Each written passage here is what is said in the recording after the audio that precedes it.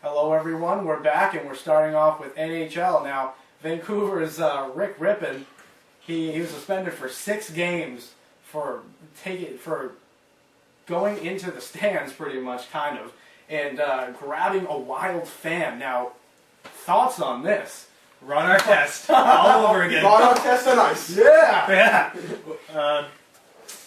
I think he should get an award for that, honestly. I mean, that was pretty funny, but, I mean... It doesn't beat Boozer quite yet, because he was enraged, so, you know. Yeah, I mean, you really can't do that as a professional athlete. I mean, you have to be able to tolerate the fans. I think this could be Boozer. I mean, yeah. When you're in the sports, you gotta keep it close to the stadium. You can't go out of the stadium and start fighting with a fan. Alright, this guy's one of the biggest losers in the game right now. If you're looking at a fan who just, say something to Rick Rippon or whatever, he shouldn't go attacking the fan and grabbing him.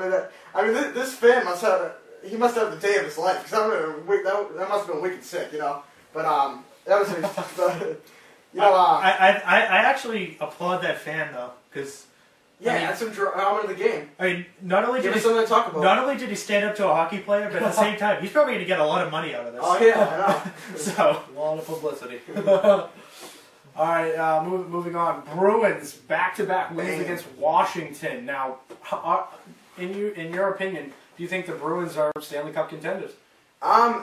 You know, I doubted them earlier, but yes, they all over the radio, all over the TV. These teams are the best teams in the game. I mean, they have a problem that every team in the NHL wants to have. You know, the only problem is they're like, oh, who are we going to stop? That's their only problem is the goalie.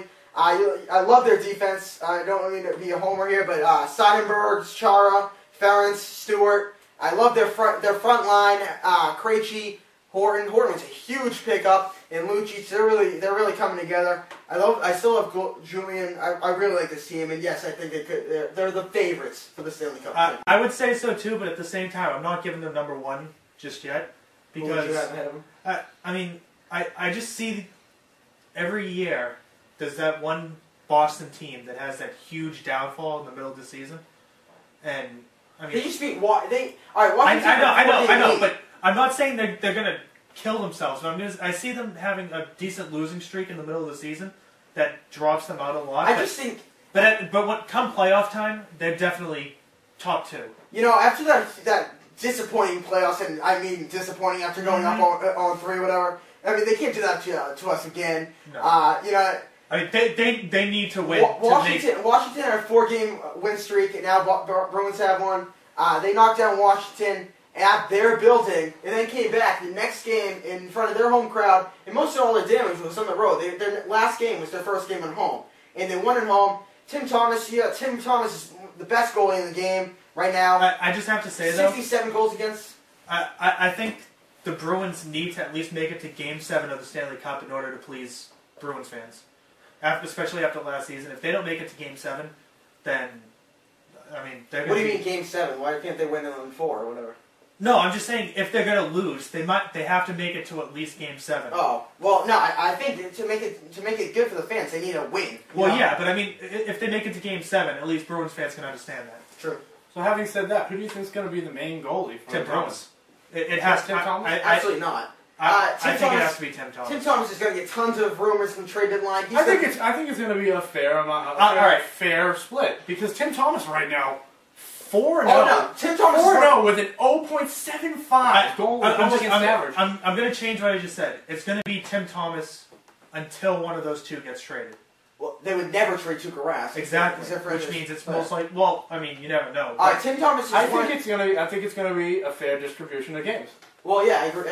I think that's obvious. I mean, Tim Thomas is far better. You look at Tim Thomas is one of the most streaky players in any sport. When you got to ride him as long as you can. He was 2 years removed from the Vezina Trophy. You know, he was hurt last year, coming back, and I mean, he's fully healthy. But Tim Thomas can have his downfall. But now you got Tuukka Rask in the second half, whatever. Yeah. I think throughout the whole season, I wouldn't be surprised if Tuukka Rask is their goalie long term. Well, definitely long term, but I mean long term this season. I personally would play Tim Thomas, though. Okay. He has more experience, and I think he has more skill. I disagree with skill. Rask has a lot of potential, though. That's why I think they might play him, just to get him that experience. If they can get an offer for a first-round pick this year, they'll take it. Yeah. Oh, yeah. All right, now, do you think the Capitals are overrated? No. I don't think they're overrated. I think the Bruins are underrated. And I haven't agreed with you any more than what you just said. I was exactly going to say exactly the same thing. The Capitals, I think, if anyone's going to give the Bruins a run for the money in the East, it's the Capitals. Capitals have an awesome offense. But, Char just shut him down. Backstrom, Semin. And I do like they have a good goalies now with Varlamov and Newberth. Like I said, I think the Bruins might be underrated. I think they're both huge Stanley Cup contenders. Have we ever agreed on anything since we've known each other? I don't think so. But I agree with that. Making history. All right, well, hot starts in the East. The Islanders, Maple Leafs, and the Lightning.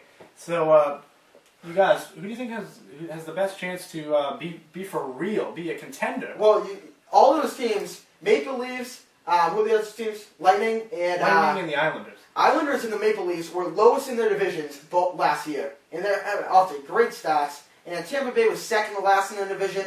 I like all those teams actually. I think the best chance to make the playoffs. I'm gonna look at the Islanders. I really like what they did this year. I like Molson he had 30 goals last year. I like Molson. I like Mo. I like their goalie's always been pretty good with Rick DiPietro. I like they added Motow from New Jersey. They added Wisniewski. And they look really good this year. And also Tavares, who's won Rookie of the Year last year, or close to Rookie of the Year. He's just really grooming. And last thing is Nino Niederreiter, who they drafted in the draft this year. He's looking pretty good already too. I like the Islanders. I agree. Okay, back to back. All right. Well, history is made. So, moving on to NBA. Season opener is Tuesday. Miami Heat against your Eastern champions, the Boston Celtics. Who do you think is going to take Tuesday's game? We're talking about Mike Miller, who's breaking news. He could be gone till possibly January. That's huge, but I am going with my pick from. It's not really huge for that team. But oh no, it is. I mean, it's big, but it's not. He's huge. He's open. Him and Eddie House are going to be opening the floors for everybody else. But I mean, it's not. I'm going to stick with my pick. I'm saying Miami's going to win that game. Just there's too much hype for them not to win that game. I think the Celtics, like I've said, I think everyone's underestimating how good the Heat are going to be. There's one thing. Everybody knows how good the Celtics are. Nobody knows how good the Heat are. So a lot of people look at the opposite. But I would say it's the opposite. I'm gonna disagree with you. Everybody's been hyping the Miami Heat and forgetting about the Celtics. I know. I'm forgetting about the Celtics. Everybody. Nobody's talking about the the Celtics. Heat. Everybody thinks the Heat are gonna. The Heat are gonna be ridiculous. Okay, but everybody in hyping up the Miami Heat, I think they're forgetting about the Celtics. I'm going to say the Celtics are going to, No, I'm going to say something that might shock both of you. I think Boston's a better team than Miami. That's not shocking at all. Why not? Because they got the experience. I mean, they clearly don't have the same skill, but they have the teamwork and they know how to play together. And I mean, in Miami, maybe down the road, maybe next year or the year after, they'll probably come together. But this season, they're not going to know how to distribute the ball. The preseason's one thing, okay, but it's going to be interesting seeing the Heat play together. Think about this when it matters. Think about this too. Miami's played a lot of this preseason, with only 2 of the 3 top players in any game. They really haven't been together that much. There's one thing. Everybody's talking about if the Celtics lose a player and they might be in trouble. No, they're stacked at depth. They have Jermaine, Shaq to back up Garnett if they need a problem. Perkins was hold on. If the Heat lose a player, they're screwed. But I'm going to still go with the Heat. Losing Mike Miller is a loss of a player, but that's huge. But I mean, I like both those teams. I disagree with you saying people are forgetting about the Celtics. A lot of people have the Celtics beating the Heat. I think people are. They're forgetting the potential of the Celtics. No, nobody's forgetting that. I really do think so. I do believe it. Well, they're seeing the Celtics as an aging team that's losing everything. Oh, what's wrong with that? I think everything's wrong with that. No, they are an aging team. Yeah, they are an aging team, but just because you're aging doesn't mean that you're losing your ability. They're the champion. Nobody's taking that away from them. They're the Eastern Conference champion. I mean, but the Heat are a really good team. But I'm taking the Celtics 112-108 in a back-and-forth game. You're taking Miami. I am. Miami, Celtics. All right, moving on. Orlando and Utah, both undefeated in the preseason. Do you think they're championship contenders, you guys? No. Obviously. Yes. I don't think Orlando is. Why? I just don't think they can handle the Celtics and the Heat. I mean, all right, well, yeah, they're gonna be in the playoffs and they're gonna contend, but they're not gonna contend for the championship. All right, really quick. Utah is a great place to play. I love their fans. Oh, I like Utah. With this team adding Al Jefferson, I like Al Jefferson over Carlos Boozer. They're definitely maybe not as good as the Lakers, but I like them as number 2 in that West. Definitely. Orlando, any team there is a contender, but yeah. But still, I like Heat and Celtics over Orlando. Yeah. All right, one last thing. Memphis is undefeated in the West. Is there any chances this carries over into the regular season? I've always liked Memphis. Real quick. They're a good young team, and they have a lot of potential, and all that stuff. And yeah, so I think they have a chance. We talked about this last show. I don't want to go over all the names, but yes, I think they have a chance as AC, like I talked about. I don't think AC. I think they might be 3 or 4 seed. I don't know. Am I going fast enough? All right, let's go. All right, well, that's about it. That's about all that we have for this week's episode of The Pitch. If you have any questions, comments, anything, you know where to find us. Facebook, YouTube, The Pitch email. It's pitchqa@gmail.com. Subscribe, and the links are in the description. Tell your friends about us. Come on. Subscribe to us, and the links are going to be in the description. Thank you all. I think we have that owed to us, so. All right. Well, that's all. Until next week, I'm your host, John Fox, alongside here with Beat Alms and Mitch Sabatelli. Good night.